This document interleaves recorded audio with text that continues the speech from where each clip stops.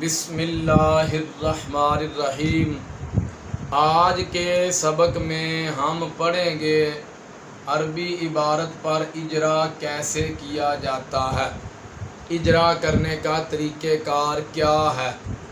جب بھی ہمارے سامنے عربی کا کوئی کلمہ آ جائے اس پر سب سے پہلا سوال یہ ہوگا، بھائی یہ کلمہ مفرد ہے یا مرکب، مفرد ہے یا ہم اس کو دیکھیں گے وہ ایک ہی کلمہ ہے یا ایک سے زائد ہے۔ اگر ایک ہے تو وہ مفرد ہوگا، اگر ایک سے زائد ہے تو پھر وہ مرکب ہوگا۔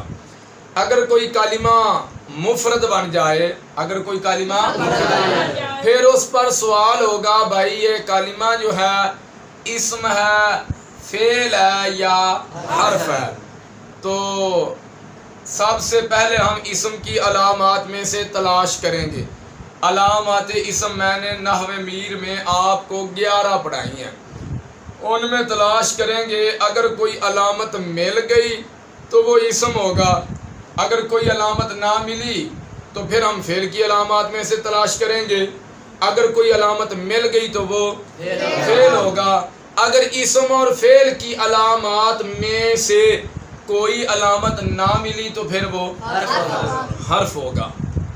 اگر کلمہ اسم بن جائے، اگر کلمہ یعنی اس میں اسم کی کوئی علامت پائی جائے تو اس کے اسم بن جانے کے بعد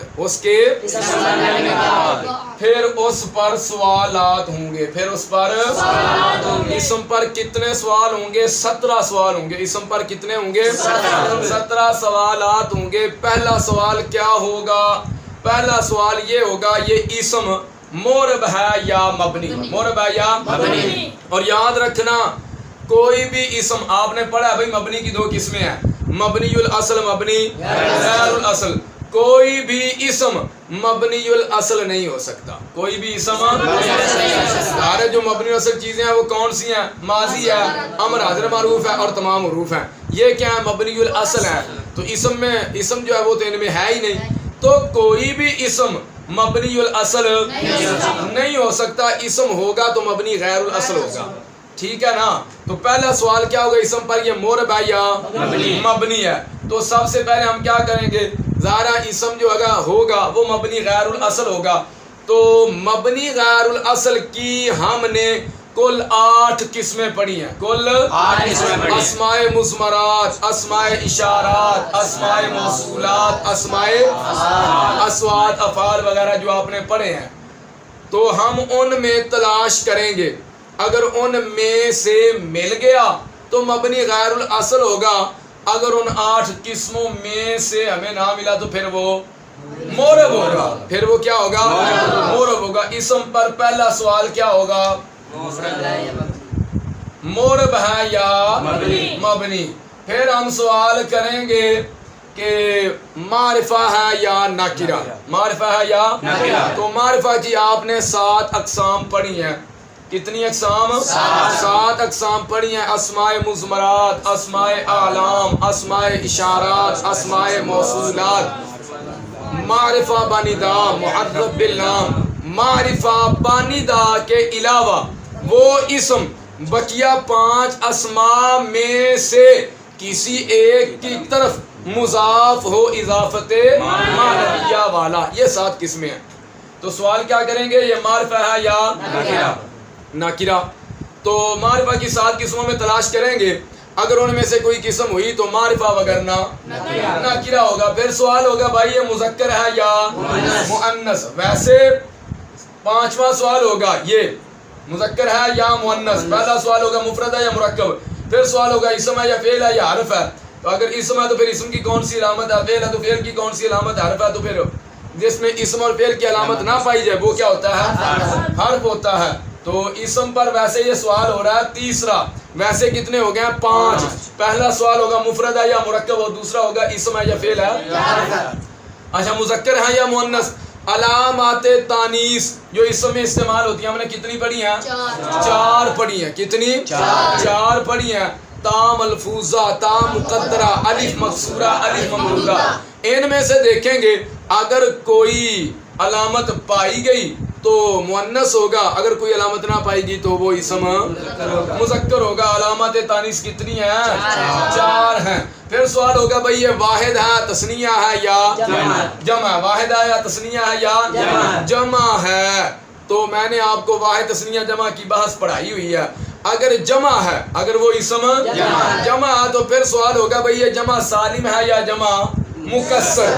جمع سالم ہے یا جمع سالم کسے کہتے ہیں؟ جس کے واحد کی بنا سلامت رہے۔ اور جمع مکسر کسے کہتے ہیں؟ جس کے واحد کی بنا ٹوٹ جائے، جس کے واحد کی بنا ٹوٹ جائے۔ تو سوال ہوگا پھر یہ جمع سالم ہے یا جمع مکسر ہے؟ تو جمع سالم کی کیا پہچان پڑی آپ نے؟ آخر میں واو ساکن ما قبل مضموم یا ساکن ما قبل مکسور اور نون مفتوح ہوتا ہے، نون مفتوح ہوتا ہے۔ تو سوال ہوگا یہ جمع سالم ہے یا جمع مکسر؟ اگر جمع سالم ہے، اگر تو پھر سوال ہوگا جمع مذکر سالم ہے یا جمع مؤنث سالم ہے؟ اگر آخر میں واو ساکن ما قبل مضموم یا ساکن ما قبل مکسور نون مفتوح ہے تو جمع مذکر سالم، اور اگر آخر میں الف اور لمبی تا ہے تو پھر جمع مؤنث سالم ہوگی۔ اچھا جی، اگر جمع سالم نہیں ہے تو پھر کیا ہوگی؟ جمع مکسر ہوگی۔ اور جمع مکسر کسے کہتے ہیں؟ جس کے واحد کی بنا ٹوٹ جائے، جیسے راجلون سے رجالن۔ اگر جمع مکسر ہے تو پھر سوال ہوگا جمع مکسر منصرف ہے یا جمع مکسر غیر منصرف؟ جمع مکسر منصرف ہے یا جمع مکسر غیر منصرف؟ اچھا، آپ نے وہ منع ضرب کے 9 اسباب پڑھے ہیں نا؟ دیکھیں گے منع ضرب کے 9 اسباب میں سے 2 یا ایک ایسا سبب جو 2 کے قائم مقام ہے پایا جا رہا ہے یا نہیں۔ اگر نہیں پایا جا رہا تو جمع مکسر منصرف، اگر پایا جا رہا ہے تو پھر جمع مکسر غیر منصرف ہوگی۔ پھر جی 10واں سوال کیا ہوگا؟ یہ جمع قلت ہے یا جمع قلت ہے یا جمع کثرت؟ تو آپ نے جمع قلت کے 6 اوزان پڑھے ہیں، 6 اوزان پڑھے۔ ان اوزان میں سے تلاش کریں گے کہ جمع ان 6 وزنوں میں سے کسی ایک وزن پر ہے یا نہیں۔ اگر ہے تو جمع قلت، اگر نہیں ہے تو جمع کثرت ہوگی۔ ٹھیک ہے، اگر جمع نہیں، پکی بات ہے، یا واحد ہوگا یا تثنیہ ہوگا، اس لیے جمع ہوگا۔ اگر جمع نہیں ہے تو پھر تثنیہ کی علامت دیکھیں گے۔ تثنیہ کی علامت کیا ہے؟ آخر میں الف ما قبل مفتوح یا ساکن ما قبل مفتوح اور نون مکسور ہوتا ہے۔ اسی طرح نا، تو اگر تثنیہ کی علامت پائی جا رہی ہے تو پھر وہ اسم تثنیہ ہوگا۔ اگر تثنیہ اور جمع کی علامت نہ پائی جائے تو پھر وہ اسم کیا ہوگا؟ واحد ہوگا۔ کیا ہوگا؟ واحد ہوگا۔ پھر کیا سوال ہوگا جی؟ عامل ہے یا نہیں؟ جس اسم پر ہم بحث کر رہے ہیں اس پر 12واں سوال ہوگا یہ عامل ہے یا نہیں۔ تو آپ نے کل عامل پڑھ لیے ہیں، کل عامل کتنے ہیں؟ 100 عامل ہیں۔ کل کتنے ہیں؟ 100۔ تو ہم ان میں سے تلاش کریں گے، اگر کوئی مل گیا تو عامل ہوگا وگرنہ نہیں۔ پھر 13واں سوال ہوگا یہ معمول ہے یا تابع؟ معمول ہے یا تابع؟ اگر اس سے پہلے کوئی عامل ہوا تو وہ معمول ہوگا، اگر اس سے پہلے کوئی عامل نہ ہوا تو پھر وہ تابع ہوگا۔ دیکھیے جاءنی رجلن عالم، جاءنی، اب رجلن جو ہے یہ معمول ہے، رجلن کیا ہے؟ معمول ہے۔ اس کا عامل کون ہے؟ جاء فعل، جاء فعل نے رجلن کو رفع دیا، رجلن کو رفع دیا، تو رجلن جو ہوگا یہ معمول ہو گیا۔ راجلون کے بعد آ گیا عالمون، کیا آ گیا؟ اب اس عالمون کو دیکھنا ہے یہ معمول ہے یا تابع؟ یہ معمول ہے یا تابع؟ جاءنی رجلن عالمون، عالمون سے پہلے ہم نے دیکھا کوئی بھی عامل موجود نہیں، کوئی بھی عامل موجود نہیں، تو یہ کیا ہو گیا؟ تابع ہو گیا۔ کیا ہو گیا؟ کیونکہ اس سے پہلے عامل نہیں، یہ رجل کی صفت واقع ہو رہا ہے، تو کیا بن جائے گا؟ یہ تابع۔ تو 13واں سوال کیا ہوگا؟ یہ معمول ہے یا تابع؟ اچھا جی 14واں سوال کیا ہوگا؟ تابع ہے تو پھر تابع کی 5 قسموں میں سے کون سی قسم بنے گی؟ اور پڑھی ہے نا آپ نے تابع کی 5 قسمیں، صفت، تاکید، بدل، عطف بحرف اور عطف بیان۔ ان 5 قسموں میں سے کون سی قسم بنے گی؟ ہم نے جس اسم کو بنایا نا تابع، اس کو اور اس سے پہلے والے اسم کو ملا کر دیکھیں گے۔ جس اسم کو ہم نے تابع بنایا ہے اس کو اور اس سے پہلے والے اسم کو ملا کر دیکھیں گے۔ درمیان میں حرف عطف ہے یا نہیں، درمیان میں حرف عطف ہے یا نہیں، اگر درمیان میں حرف عطف ہے تو پہلے کو معطوف علی دوسرے کو معطوف بنائیں گے، پہلے کو معطوف علی دوسرے کو دیکھیں جیسے جاءنی زید و عمر، جاءنی زید و اب عمر پر سوال ہوگا یہ معمول ہے یا تابع، معمول ہے یا تابع، تو اس سے پہلے عامل تو کوئی موجود نہیں ہے تو پکی بات اب کیا بنے گا تابع، تو تابع کی 5 قسموں میں سے تلاش کرنا ہے کون سی قسم بنے گی. ہم نے زید اور عمر کو ملایا، جاءنی زید و عمر، زید اور عمر کو ملایا، درمیان میں دیکھا حرف عطف ہے یا نہیں، حرف عطف ہے تو پہلے کو معطوف علی دوسرے کو، تو جاءنی زید و عمر میں زید اور عمر کے درمیان میں حرف عطف آ رہا ہے، حرف عطف تو ہم پہلے کو معطوف علی دوسرے کو معطوف بنائیں گے. سمجھا گی؟ دونوں اسموں کو ملا کر دیکھیں گے درمیان میں حرف عطف ہے یا نہیں، اگر درمیان میں حرف عطف ہے تو پہلے کو معطوف علی دوسرے کو، اگر درمیان میں حرف عطف نہیں، اگر درمیان میں حرف عطف نہیں تو پھر دوسرے اسم کو دیکھیں گے وہ بعینی ہی پہلے اسم جیسا ہے یا نہیں. اگر دوسرا اسم بعینی ہی پہلے اسم جیسا ہے تو پہلے کو مؤکد دوسرے کو تاکید لفظی بنائیں گے، پہلے کو مؤکد دوسرے کو تاکید لفظی بنائیں گے. دیکھو بھائی جاءنی زیدن زیدن، اب دوسرا زید آ گیا کہ نہیں؟ پہلا زید تو معمول ہے لیکن دوسرے زید پر سوال ہوا یہ معمول ہے یا تابع، تو ظاہر ہے اس سے پہلے عامل تو موجود نہیں، یہ تابع ہے تو تابع میں تلاش کر رہے ہیں طریقہ کار کیا ہے. ہم نے دونوں کو ملایا، دونوں زیدوں کو ملایا، درمیان میں دیکھا حرف عطف نہیں، معطوف علی معطوف نہیں بن سکتا، پھر ہم نے دیکھا یہ جو دوسرا ہے بعینی ہی پہلے جیسا ہے، یعنی زیدن زیدن دونوں ایک جیسے ہیں کہ نہیں، تو ہم پہلے کو مؤکد دوسرے کو تاکید لفظی بنائیں گے.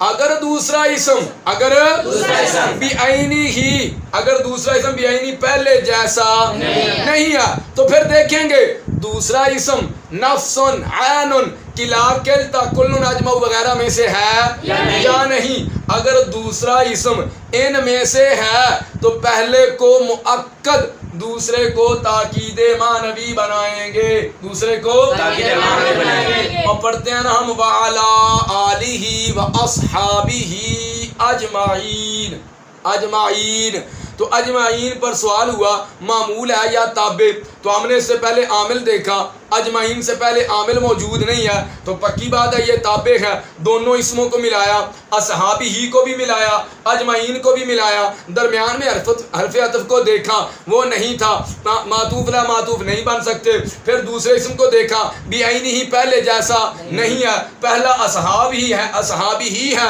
اور دوسرا اجمعین ہے، مؤکد اور تاکید لفظی نہیں بن سکتا. پھر ہم نے دوسرے کو دیکھا نفس عین کلا کلتا کل اجمع وغیرہ میں سے ہے یا نہیں، تو دوسرا ہے اجمعون اجمعون اجمعین، اور اس میں سے ہے کہ نہیں، پہلے کو مؤکد بنائیں گے دوسرے کو تاکید معنوی بنائیں گے، پہلے کو مؤکد اور دوسرے کو تاکید معنوی بنائیں گے.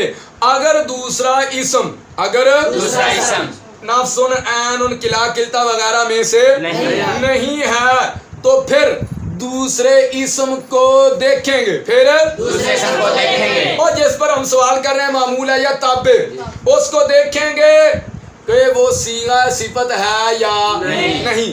اگر وہ صیغہ صفت ہے تو پہلے کو موصوف اور دوسرے کو صفت بنائیں گے. دیکھیے جیسے جاءنی رجل عالم، رجل اور عالم، عالم ای اس کو دیکھنا معمول ہے یا تابع، اس سے پہلے عامل تو کوئی ہے نہیں تو پتہ چلا یہ تو تابع ہے. تو دونوں کو جب ہم نے ملایا، رجل اور عالم کو ملایا، درمیان میں حرف عطف کو دیکھا نہیں ہے، معطوف علی اور معطوف نہیں بنا سکتے، پھر ہم نے دیکھا دوسرا اسم بعینی پہلے جیسا نہیں ہے، مؤکد اور تاکید لفظی نہیں بنا سکتے، پھر ہم نے دوسرے اسم کو دیکھا نفس عین وغیرہ میں سے نہیں ہے، مؤکد اور تاکید معنوی نہیں بنا سکتے، پھر ہم نے دوسرے اسم کو دیکھا تو وہ صیغہ صفت تھا، صیغہ صفت اور اس میں فاعل کا صیغہ نا تو صیغہ صفت ہے کہ نہیں، صیغہ صفت ہے، پہلے کو موصوف بنائیں گے دوسرے کو صفت بنائیں گے. جاءنی رجل عالم، جاءنی. اگر دوسرا اسم صیغہ صفت نہیں، صیغہ صفت نہیں تو پھر دیکھیں گے تو پھر دیکھیں گے دونوں اسم برابر ہیں یا دوسرا اسم زیادہ مشہور ہے. پھر دیکھیں گے دونوں اسم برابر ہیں یا دوسرا اسم زیادہ مشہور ہے.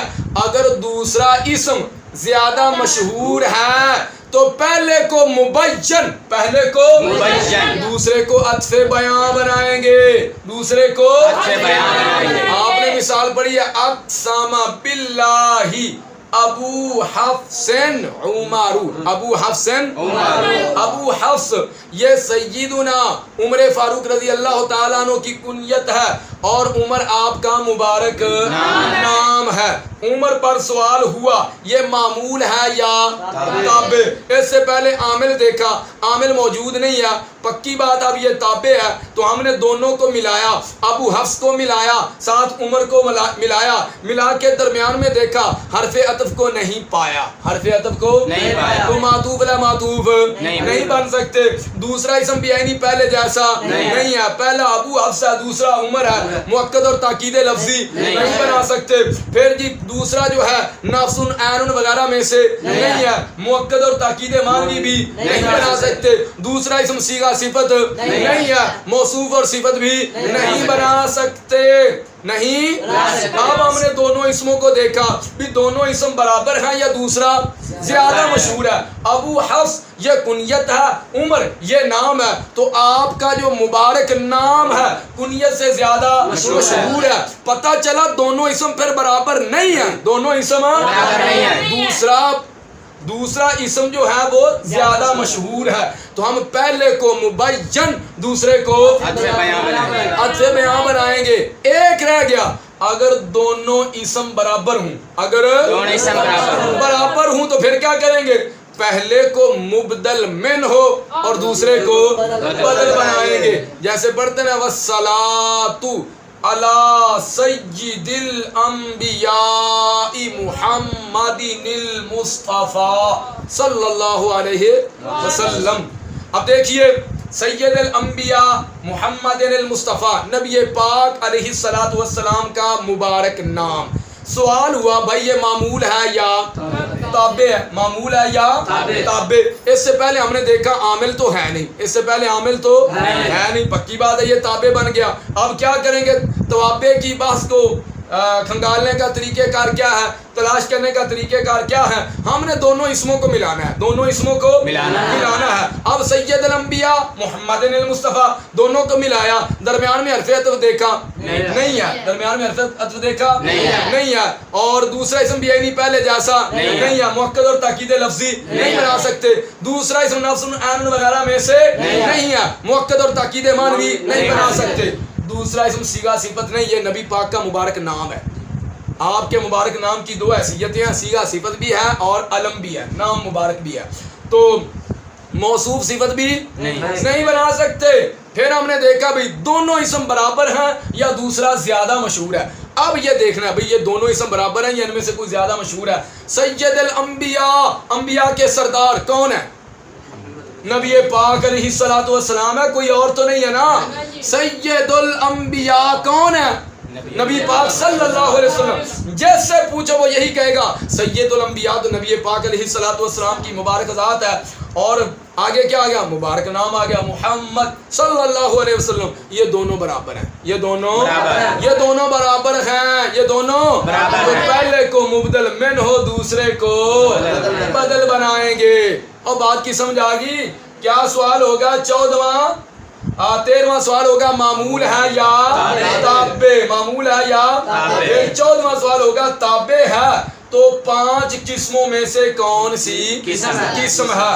پھر جی 15واں سوال ہوگا اس کی حالت کون سی ہے، اس کی حالت کون سی ہے؟ تو اس سے پہلے عامل دیکھیں گے، جیسا عامل ہوگا ویسی اگر عامل نصب دینے والا تو حالت، اگر عامل رفع دینے والا تو حالت، اگر عامل جر دینے والا تو حالت جری ہوگی. کتنے سوال ہو گیا؟ 15.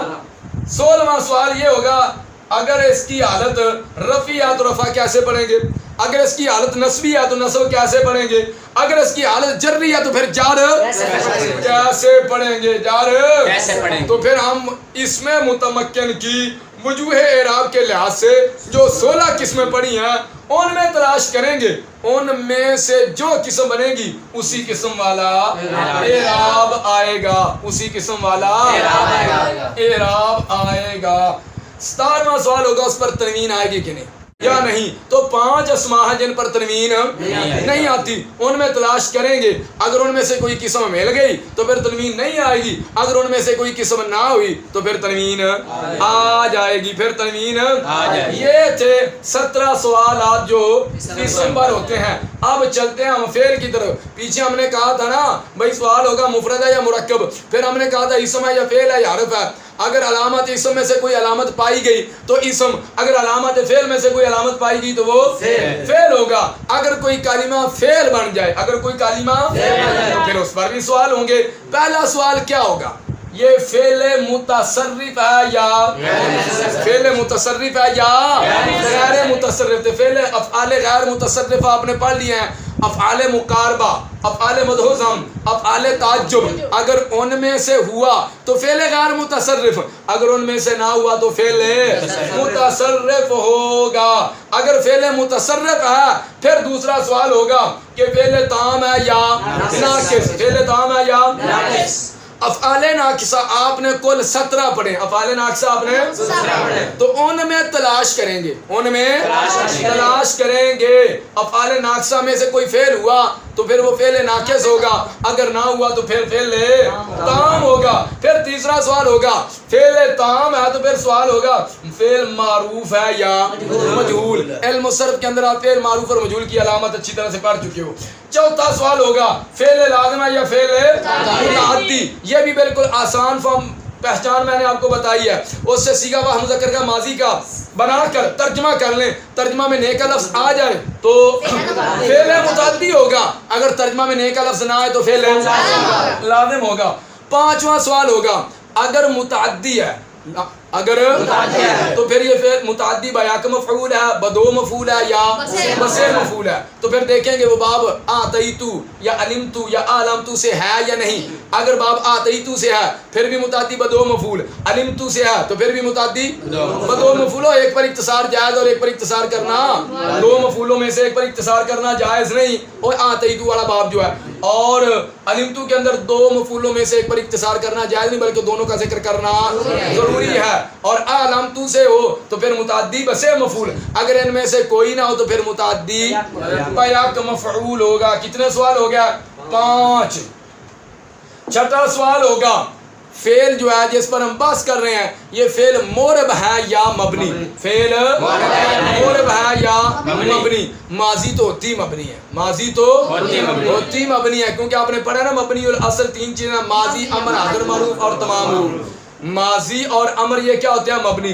مضارع آ گیا تو پھر اس پہ سوال ہوگا یہ مورب ہے یا مبنی، اور آپ پڑھ چکے ہو فعل مضارع کب مورب ہوتا ہے؟ جب نون ہے جمع مؤنث اور نون ہے تاکید سے خالی ہو تو پھر وہ مورب ہوتا ہے۔ تو ہم اس کو دیکھیں گے اس کے ساتھ نون تاکید وغیرہ ہے یا نہیں، یا جمع مؤنث کا نون ہے یا نہیں۔ اگر نہیں ہے تو پھر مورب، اگر ہے تو پھر مبنی۔ اور سمجھ آگی کہ نہیں؟ فعل مضارع کے ساتھ جمع مؤنث کا نون بھی نہیں ہے، نون تاکید بھی نہیں ہے، تو پھر کیا ہوگا؟ مورب ہوگا۔ اگر ساتھ آ گیا یہ نون تو پھر مبنی ہوگا۔ پھر کتنے سوال ہو گیا؟ 6 ہو گیا۔ 7واں سوال ہوگا اس کی حالت کون سی ہے؟ اس کی حالت کون سی ہے؟ رفعی حالت ہے، نصبی حالت ہے یا جزمی حالت ہے؟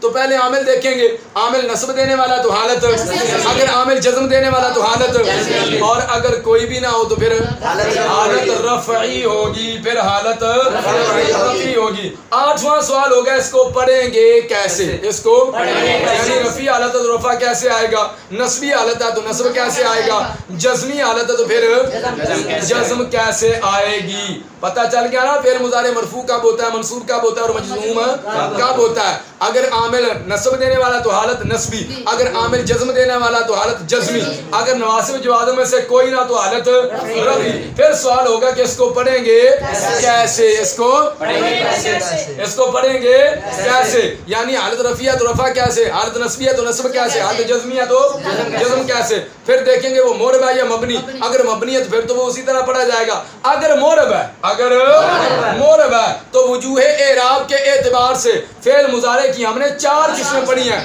ان میں ڈھونڈیں گے، ان میں تلاش کریں گے، جون سی قسم بن گئی اسی قسم والا اعراب آئے گا۔ فعل پر کتنے سوال ہو گیا؟ 8 ہو گیا۔ 17 اور 8 کتنے ہو گیا؟ 25۔ کتنے ہو گیا؟ 25۔ ہم نے پیچھے کہا تھا دیکھیں گے مفرد ہے یا مرکب، مفرد ہے یا مرکب۔ ہم اگر مفرد ہے تو پھر سوال کریں گے اسم ہے، فعل ہے یا حرف۔ علامت اسم میں سے کوئی علامت پائے گی تو وہ کلمہ اسم، علامت فعل میں سے کوئی علامت پائے گی تو وہ کلمہ فعل، اگر ان میں سے کوئی علامت نہ پائے گی تو وہ کلمہ حرف ہوگا۔ اگر کوئی کلمہ حرف بن جائے پھر اس پر کیا سوال ہوگا؟ اس پر سوال ہوگا یہ عامل ہے یا نہیں، یہ عمل کرتا ہے یا نہیں۔ تو حروف عاملہ میں سے دیکھیں گے، حروف عاملہ کی کل جو اقسام پڑھی ہیں وہ 7 ہیں۔ کتنی ہیں؟ 7۔ اور بعض وہ ہیں جو اسم پر داخل ہوتے ہیں اسم میں عمل کرتے ہیں، ان کی 5 قسمیں ہیں، اور جو فعل پر داخل ہوتے ہیں فعل میں عمل کرتے ہیں ان کی 2 قسمیں ہیں، نواسب اور جوازم۔ ان 7 قسموں میں تلاش کر لیں، اگر کوئی قسم مل گئی، کسی قسم میں سے بن گیا تو وہ عاملہ ہوگا، وگرنہ غیر عاملہ ہوگا۔ اگر حروف غیر عاملہ میں سے ہے تو پھر حروف غیر عاملہ کی 16 قسموں میں سے دیکھیں گے کون سی قسم ہے۔ بہرحال حرف پر یہی سوال کریں گے یہ حروف عاملہ میں سے ہے یا غیر عاملہ میں سے ہے۔ پہلے کتنے ہو چکے تھے سوال؟ 25۔ 26واں سوال یہ ہو گیا۔